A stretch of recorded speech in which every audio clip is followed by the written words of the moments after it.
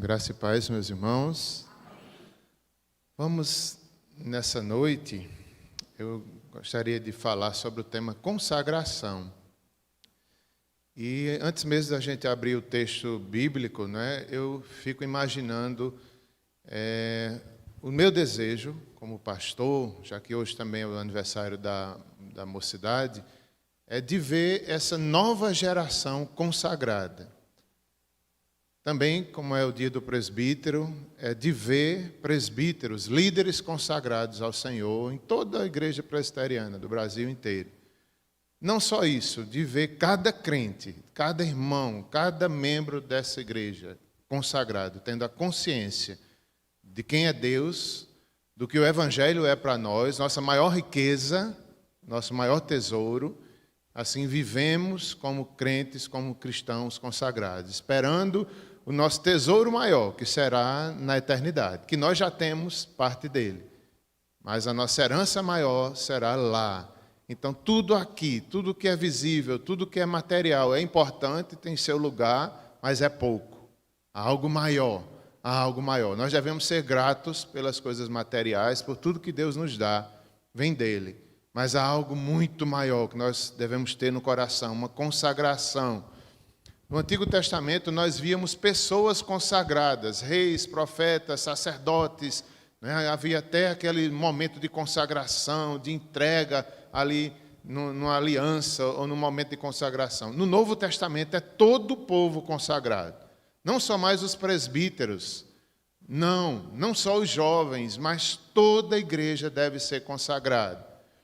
Hoje de manhã, eu e Simone observávamos a volta das crianças nas salinhas e a gente via com alegria algumas coisas, lamentávamos por outros não estarem aqui, mas louvávamos a Deus e pensávamos nisso.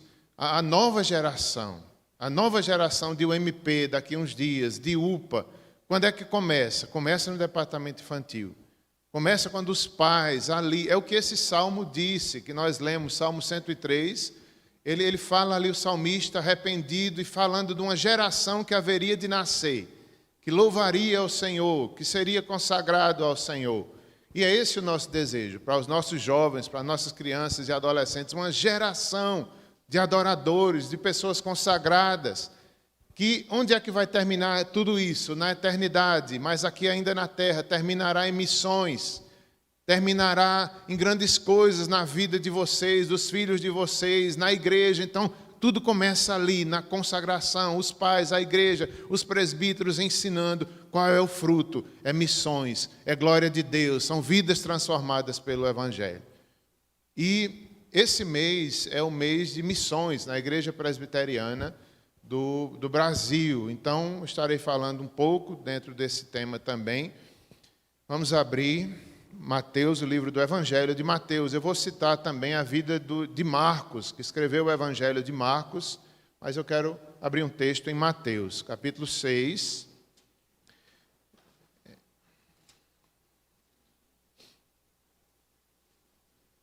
Verso 19 a 21.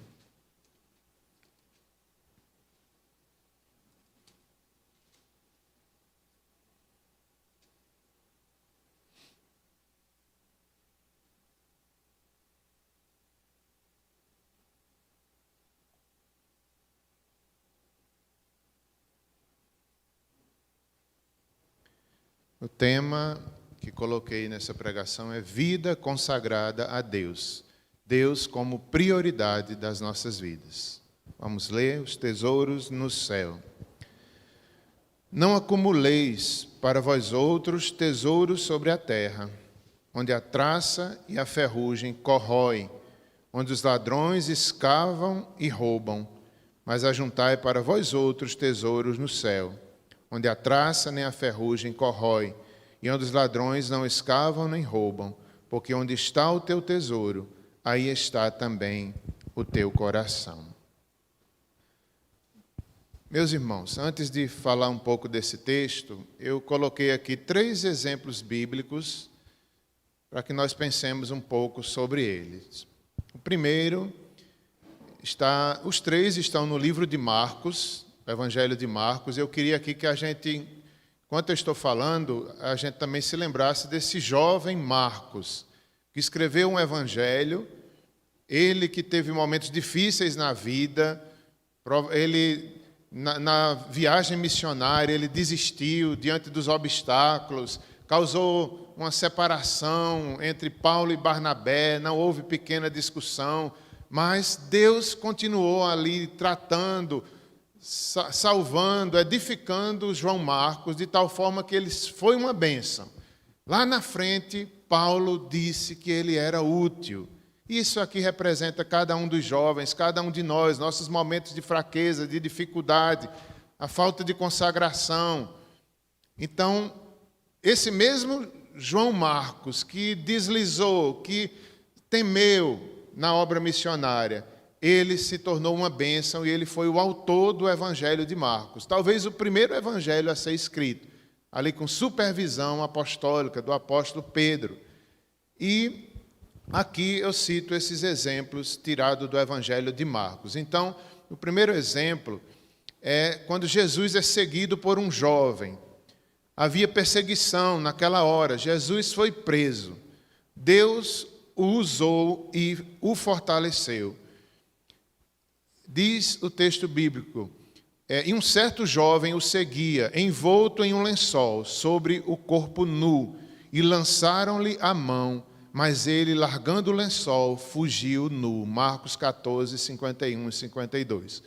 Alguns tradutores estudiosos acreditam que esse jovem que correu nu era Marcos. Ali naquele dia difícil, onde a igreja estava sendo perseguida, onde as autoridades prendiam Jesus, os seus discípulos espalhados fugiam, Pedro nega, muitos com medo, e Marcos também estava com medo. Foi um momento de um milagre, que por um milagre eles também não sofreram, por um milagre eles também não foram presos, eram seguidores de Jesus. E esse jovem que sai ali nu, né, representa, alguns intérpretes acreditam que era Marcos. Veja que transformação, veja o que Deus pode fazer na vida de um jovem consagrado.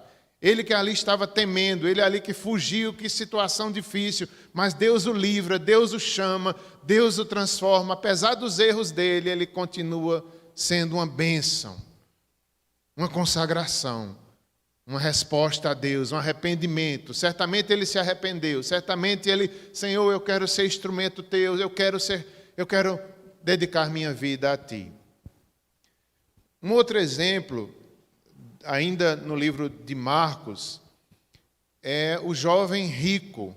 O jovem rico, ele simplesmente, a Bíblia diz que ele teve aquele encontro com Jesus, o que farei para ter a vida eterna? O Senhor lhe explica, confronta o coração dele, ele faz uma prova, não é que ele deveria dar tudo aos pobres, mas ele é reprovado, ele fica triste, e ele se entristece e não segue ao Senhor Jesus. O texto diz que Jesus fitou e o amou. Jesus amou aquele jovem, mas ele triste, ele não aceitou ali, mostrando que ele quebrou os maiores dos mandamentos, que é amar a Deus. Ele amava mais as riquezas do que a Deus, mais o que tinha do que a Deus. E Jesus, ali naquele encontro maravilhoso, ele também quebrou o mandamento, não terás outros deuses diante de mim. O primeiro mandamento ele quebrou, então ele foi reprovado, ele não foi justificado. A prioridade da sua vida não era Deus. E fica essa lição para todos nós, quem quer ser consagrado, seja presbíteros, sejam jovens, seja toda igreja, deve amar a Deus mais do que tudo. Deve seguir o exemplo de João Marcos, apesar dos erros, se consagre novamente. Não deve seguir o exemplo do jovem rico, pelo contrário, devem amar a Deus sobre todas as coisas, de toda a alma, de todo o coração, de todas as suas forças. Quem quer ter vida consagrada tem que ser assim. Terceiro exemplo, ainda no livro de Marcos, capítulo 2, verso 13 e 14, é o chamado de Mateus, Levi, filho de Alfeu, sentado na coletoria. Jesus passa e diz, segue-me. E ele se levantou e o seguiu.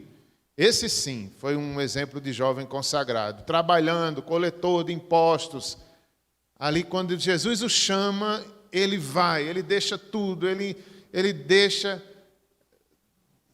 profissão, ele deixa talvez família e tudo para seguir o Jesus. Quem quer ter vida consagrada também passa por aqui. Nada deve nos impedir. Ele é a prioridade máxima. Ele deve ser nossa prioridade máxima. Falando em missões, toda essa consagração vai acabar em missões. Melhor ainda, vai acabar Deus sendo glorificado através da vida dessas pessoas consagradas. Essas vidas cujo tesouro maior, conforme o texto que nós lemos, lá em Mateus 6, os tesouros do céu, essas vidas que não buscam os tesouros da terra como prioridade, porque a traça e a ferrugem corroem, onde os ladrões escavam e roubam, mas elas ajuntam tesouros no céu, onde a traça nem a ferrugem corrói, onde ladrões não escavam nem roubam, porque onde está o teu tesouro, aí está o teu coração. Trago aqui alguns exemplos de missões. Primeiramente, o exemplo dos jovens moravianos, uma igreja, alguns séculos atrás, que mandou mais missionários para o mundo do que talvez todo o cristianismo até agora. Veja que igreja consagrada. E lá havia jovens consagrados, certamente presbíteros consagrados, era uma igreja consagrada. 2 jovens moravianos de 20 anos ouviram sobre uma ilha no leste da Índia, cujo dono era britânico, agricultor e ateu. Este tinha tomado das florestas da África mais de 2.000 pessoas e feito delas seus escravos. Essas pessoas iriam viver e morrer sem nunca ouvirem falar de Cristo. Esses jovens fizeram contato com o dono da ilha e perguntaram se poderiam ir para lá como missionários. A resposta do dono foi imediata. Nenhum pregador e nenhum clérigo chegaria a esta ilha para falar sobre estas coisas sem sentido. Então eles voltaram a orar e fizeram uma nova proposta. E se fôssemos à sua ilha como seus escravos para sempre? O homem disse que aceitaria, mas não pagaria nem mesmo o transporte deles. Então os jovens usaram o valor de sua própria venda para custear sua viagem. No dia que estavam no porto, se despedindo do grupo de oração e de suas famílias, o choro de todos era intenso, pois sabiam que nunca mais os veriam. Aqui representa, na história da igreja, a história de uma igreja consagrada. E nessa igreja havia jovens, como esses aqui, dispostos a evangelizar, dispostos a buscar as riquezas do céu em primeiro lugar. E eles se vendem como escravos ali e se entregam, e a comunidade chora, e a família também, mas eles sabiam que Cristo era digno. Cristo era digno. Assim deve ser também nossas vidas. Aquela igreja, isso era muito comum. Várias e várias pessoas daquela igreja faziam isso. Tem várias histórias. De vez em quando um ia para um país, outro ia para outro ia para as missões. Eles tinham vida de oração, eles tinham vida de consagração e terminava nisso. Assim é a vida da pessoa consagrada. Vai terminar em obras, vai terminar em louvor para Deus, vai terminar em consagração. As novas gerações, seja no departamento infantil, na UPA, na UMP, vão surgindo, abençoada, dando continuidade àquilo que os presbíteros ensinaram, os fundadores da igreja.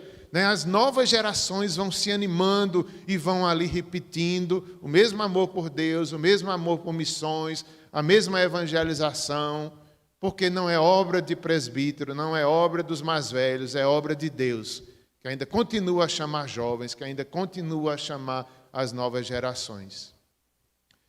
Outro exemplo de missões é do Simon, jovem presbiteriano, tão conhecido por nós. Ele, muito jovem, vem ao Brasil, norte-americano, fruto ali de avivamento, de pregações. Ele ouve o chamado de Deus e ele se consagra ao Senhor. Então, é assim. Como é que a gente é consagrado? Quando a gente começa a ouvir a palavra de Deus, Deus fala, Deus nos impacta, Deus nos mostra, Deus nos move, Deus nos chama pela sua palavra. É assim que começa o avivamento, é assim que começam as missões, é assim que nós somos consagrados, frutos do Espírito Santo, a palavra. Deus vai falando e a gente vai se convencendo e a gente vai querendo isso para a nossa vida. Assim foi com Simonton. Ele ouviu pregações, ele ouviu ali nos seus estudos e ele disse: eis aqui a minha vida. Quero consagrar minha vida ao Senhor. Quero consagrar minha vida para o que Deus quiser. E essa deve ser a resposta de toda a igreja. Eis aqui a minha vida. O que Deus vai fazer, nós não sabemos, mas nós devemos estar dispostos e dizendo: eis-me aqui. Se for necessário ir para algum lugar, eis-me aqui. Se for para ficar, também fico. Se for para ser um agricultor, serei para a tua glória. Serei contigo, farei na tua dependência, viverei de forma consagrada o meu trabalho, o meu estudo.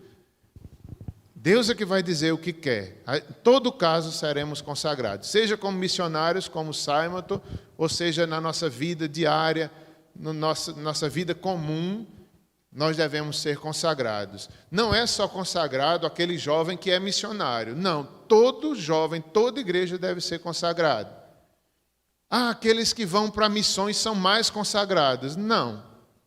Cada um que está aqui na igreja, cada um que tem a sua vida, deve viver uma vida diária de consagração, de obediência, de renúncia, de santificação, buscar as riquezas do alto em primeiro lugar, em qualquer lugar da vida, do mundo ou do chamado que Deus tenha para cada um de nós. Seja dentro de casa, seja lavando um prato, seja varrendo a casa, é uma vida consagrada. Esse texto que nós lemos sobre os tesouros do céu, de Mateus, ele é o primeiro dos 5 blocos de ensino de Jesus em Mateus. Jesus prega ali para aqueles discípulos e um dos objetivos maiores de Jesus era levar os discípulos ao arrependimento. Tem a ver com o interior e também com o exterior. Não devemos ser hipócritas ao orar, nem dar esmolas, nem a jejuar, disse Jesus no contexto desse capítulo. Nem também a fingir que somos piedosos, nem fingir trabalhar honestamente. E Jesus ensina nesses versículos específicos que não devemos cobiçar a riqueza do mundo. Cuidado com o materialismo. O que é o materialismo? É a maneira de viver extremamente devota aos bens, valores e prazeres materiais. Veja só, Jesus não está aqui proibindo os bens materiais, os prazeres materiais. Não, porque foi Deus mesmo que criou e deu. Mas Ele está ensinando que há um tesouro maior. Não se apegue a essas coisas aqui. Não se apegue às coisas dessa vida, aos tesouros dessa vida, porque são passageiros. Eu me lembrei de Gabriel. Cadê Gabriel? Está ali, né? Presidente da Mocidade, quando eu estava preparando isso, um exemplo de um jovem medalhista, não das Olimpíadas, mas da matemática. Ele ganhou, acho que o prêmio Nobel, e teve a sua medalha roubada. Eu digo, está vendo? Seja um prêmio, uma medalha simbólica, mas o ouro, né, que representa tanta coisa, mas foi roubada. Eu digo, é isso que acontece aqui com é isso que Jesus está dizendo. Não põe o teu coração em nenhum tipo de riqueza, que o ouro não seja a tua riqueza. Você tem uma riqueza maior. Ainda que você tenha ouro, ainda que você tenha uma medalha, mas dê glória a Deus. Não coloque as suas esperanças nas coisas deste mundo, em nenhuma delas. John Piper, ele disse: Cristo não planeja nos privar de nosso tesouro, mas nos guiar na escolha dele. Então, aqui Cristo não está dizendo, sua vida vai ser sem sentido, você vai ter que negar todas as coisas, todos os prazeres, você vai viver trancado dentro de um quarto. Não é isso. Ele está dizendo aos discípulos a prioridade maior, ele está dando um tesouro maior. Você pode viver para a glória de Deus. Você pode ser um atleta para a glória de Deus. Você pode ser um presbítero para a glória de Deus. Você pode fazer missões para a glória de Deus. É tão intenso a vida de um discípulo que só acha monótono quem não sabe o que é ser cristão. Se você é um cristão consagrado, a sua vida jamais será monótona. Ela será rica de graça, de alegria, de experiências, de trabalho, intensa. Quem vê de fora pensa que o cristão é aquela pessoa consagrada, sem sentido, sem graça, não pode isso, não pode aquilo, não pode ter riquezas, não pode... Não é isso que Jesus está dizendo. Ele está dizendo uma riqueza ainda maior. Você pode ter excelência na vida. Não se conforme com pouco. Qual é o problema do materialismo? É que se conforma com muito pouco. E Jesus estava ensinando para eles e também para nós, vá além. Viva uma vida consagrada. Seja cristão de fato, que você vai ver que é bem mais interessante, é bem mais glorioso, é maravilhoso você ter Cristo como prioridade. Não se conforme com pouca coisa na sua vida. Se conforme com a imagem de Cristo, com a vida de Cristo. E John Piper disse isso nessa frase: Cristo não planeja nos privar do nosso tesouro, mas nos guiar na escolha dele. Então, Cristo está nos mostrando um tesouro muito maior. Ainda dentro desses versículos, eu quero destacar mais 3 coisas. A primeira delas, não acumuleis para vós tesouros sobre a terra. Não devemos considerar as coisas terrenas como as melhores, ou colocar nelas a nossa felicidade. Não devemos confiar nas coisas terrenas para o futuro, para a eternidade, porque não nos garante nada. Para serem a nossa esperança e o nosso suprimento do porvir, não devemos dizer ao ouro, tu és a minha esperança. Quais são os tesouros da terra, né? Nós podemos perguntar. Aqui no contexto do capítulo 6, os discípulos estavam preocupados com o que haveriam de comer, beber e vestir. Os tesouros mais básicos da vida, que todos nós precisamos, e Jesus estava ensinando ali, não andeis ansiosos, busquem o reino, busquem a Deus, e Deus sabe que vocês precisam disso. Em outras palavras, se consagrem, amem a Deus, que Ele vai cuidar da vida de vocês. Isso é importante para todos nós, e é muito importante para os jovens. Vocês têm decisões importantes para tomar na vida. Vocês não sabem como será o futuro de trabalho, de família, de casamento, de missões, de ministério, né? A vida do jovem são muitas interrogações. Pode gerar uma ansiedade, mas isso aqui serve para vocês e serve para todos nós. Não andeis ansiosos. Se consagre a Deus. Se entregue de todo o coração, que Ele vai cuidar do que comer, do que vestir, tudo na vida de vocês. Ele vai guiar até o tesouro maior, que é Ele mesmo. Isso serve para todos nós. Eu, pensando nos tesouros da terra, não é? Eu fiquei pensando, imaginando, a fruta logo se estraga, né? Os tesouros da terra a gente compra no mercado. Mamãe estava me dizendo nesses últimos dias, quase todas as mangas estão apodrecendo aqui em casa. Eu digo, oxe, mamãe, o que é que está acontecendo? E eu pensava que era brincadeira dela. Eu digo, talvez ela não esteja botando na geladeira, não cuidando bem, ela deve estar ouvindo agora em casa. Mas essa semana Simone comprou uma manga, pois apodreceu também. Eu digo, pois olha só, bem que é verdade, às vezes apodrece antes de amadurecer. E é isso, as coisas, até as frutas que vêm de Deus apodrecem. A gente não deve confiar muito nessas coisas, porque enferrujam, apodrecem. Tem uma passagem na Bíblia, não é, que eles estão ali falando sobre a produção de talvez trigo, não sei, cevada, e ele disse que vai fazer novos galpões para colocar a sua produção, e ali ele não está pensando na prioridade maior, e diz assim o texto, mas Deus lhe disse, louco, esta noite te pedirão a tua alma, e o que tens preparado para quem será? Assim é aquele que para si ajunta tesouros e não é rico para com Deus. Então, louco é o que confia só no trigo, está com o celeiro cheio, A produção foi muito grande, não tem nem onde colocar. Se você confiar nisso, você é louco, porque você está confiando num tesouro perecível. Um incêndio pode queimar toda a sua produção. Agora, confie num tesouro. Seja rico para com Deus. Louco é o que confia só na sua produção de trigo ou qualquer outra coisa.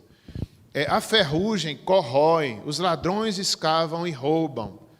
Não coloquem vossa esperança nas riquezas, nos poderes humanos, nem mesmo em você.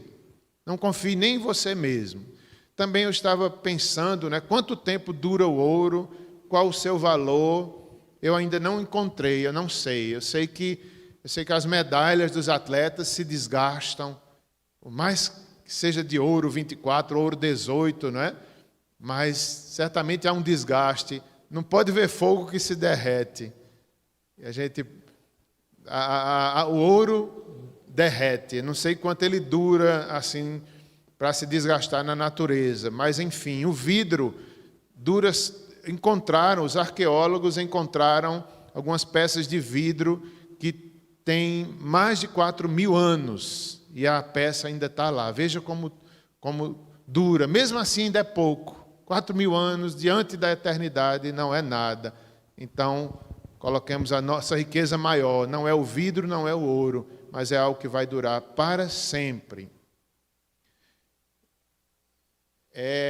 Nós temos a história do atleta, o medalhista olímpico brasileiro, Arthur, teve a casa invadida durante a madrugada, na Lapa, na zona oeste de São Paulo. Segundo ele e as postagens das redes sociais, os ladrões roubaram as medalhas e os troféus ganhos ao longo da sua carreira, além de outros objetos pessoais. Então, Jesus tinha razão. Tudo é perecível. Nós devemos buscar em primeiro lugar o reino de Deus e a sua justiça, e todas as coisas nos serão acrescentadas. O verso 33 desse mesmo capítulo diz isso. Essa é a primeira lição. A segunda, Jesus disse: ajuntai para vós tesouros no céu. Lá a traça e a ferrugem não corroem.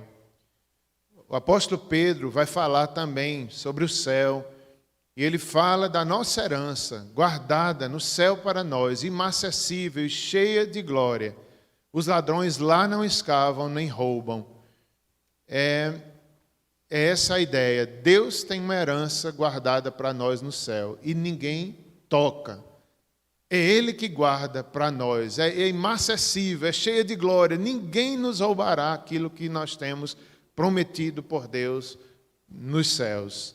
Por isso que nossa maior herança, buscar as coisas do alto como prioridade de vida. Porque no céu não se rouba, não se escavam, não haverá incêndios, não haverá ladrões. Terceira lição, a última, porque onde está o teu tesouro, aí está também o teu coração. Qual é o tesouro do nosso coração? Qual é o nosso tesouro nessa vida? Será que nós podemos, nessa hora, pensar um pouco? Qual é o meu maior tesouro? Eu sei o meu. Eu não vou dizer para vocês porque eu tenho vergonha. Mas eu sei. Eu digo a Simone. A Simone eu digo. Eu digo, Simone, olha, se tu visse, meu coração é assim, é assim. Se eu não tivesse Jesus na minha vida, eu fazia assim, assim, assim. Para mim isso tem mais valor do que tudo. Eu digo a ela, mas para vocês eu não vou dizer não, porque eu tenho vergonha. Agora pense em vocês, qual é o seu maior tesouro aqui nessa terra? Estou falando do céu, nem de Cristo agora não. Qual é a sua maior... É um carro novo assim. Não, isso não foi bom não. Isso é besteira que eu falei. Mas qual é o seu maior tesouro? São coisas materiais, você dá muito valor a isso. Esse é seu tesouro, isto é o seu coração. Esse é o problema, porque você ama demais isso. Nós somos pessoas diferentes, cada um tem um tesouro talvez diferente, mas isso aqui serve para todos nós. O tesouro maior é Deus, é o Evangelho, é o céu. Porque o problema é o nosso coração pecaminoso. Ninguém vê, mas está lá a cobiça, o desejo. O jovem rico, né, como era o coração dele, ele amava mais as coisas do que a Jesus. Jesus o fitou, o amou, mesmo assim ele desprezou aquele momento. Qual é o nosso maior tesouro? Vamos, nessa noite, entregar a Cristo, dizer: Senhor, eu entrego o meu tesouro, eu entrego minha coroa humana aos teus pés. Cantamos isso nessa noite. Uma das músicas falou sobre isso, né? O sacrifício sou eu, a renúncia, o meu ego. Te entrego, Senhor. Talvez seu maior ídolo seja você mesmo. Você mesmo, né? Se ama demais. Renuncie você mesmo nessa noite. Talvez seu maior ídolo seja o esporte. Renuncie o esporte. Não é pecado. Não é pecado ir para as Olimpíadas. Eu gostaria de estar lá. Eu gostaria de estar lá. Não é pecado. Eu me lembro de Olaci jogando, né? Handebol era Olaci. Eu lembro de Olaci jogando handebol. Eu lembro de Célia Guedes. Eu jogava vôlei, né, Olaci? Era bom demais. Aquele tempo nas Olimpíadas de Campina Grande, ganhei algumas medalhas. A missionária Célia Guedes era no handebol. Não é pecado, mas é onde que está o nosso coração. Outro dia, essa semana, eu estou finalizando. Outro dia, essa semana, eu estava assistindo um jogo de vôlei do Brasil. Não foi ontem, não, foi o outro, contra os Estados Unidos, né, Timóteo? E ali eu fiquei me lembrando do meu tempo de atleta. Eu digo, meu Deus, foi um filme na minha mente. E eu agradecendo, eu digo, obrigado porque Deus me tirou disso, porque era um ídolo na minha vida. O problema não era no voleibol nem nas Olimpíadas, o problema é o coração meu que amava demais aquilo. Quando eu me converti, quando eu me consagrei ao Senhor, eu deixei o voleibol. O voleibol era ruim? Não. O problema era o meu coração, que dava valor demais àquilo. Eu deixei, foi uma das decisões mais difíceis da minha vida. Senhor, eu deixo tudo por Ti. Se for necessário deixar o voleibol, eu deixo. E eu deixei. Deixei e me consagrei ao Senhor. Uns 2 ou 3 anos depois eu voltei a jogar. Agora não era mais ídolo. Agora eu sabia o valor de Deus, eu sabia o valor das coisas de Deus. Podia jogar sem problema nenhum.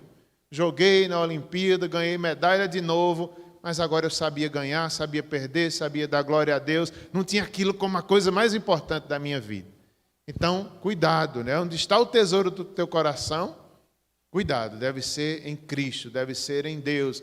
Não se deixe iludir, até pelas coisas boas, até pelas coisas lícitas, às vezes nos engana. Que Deus nos abençoe. Vamos fazer uma oração? Consagre sua vida ao Senhor nessa noite.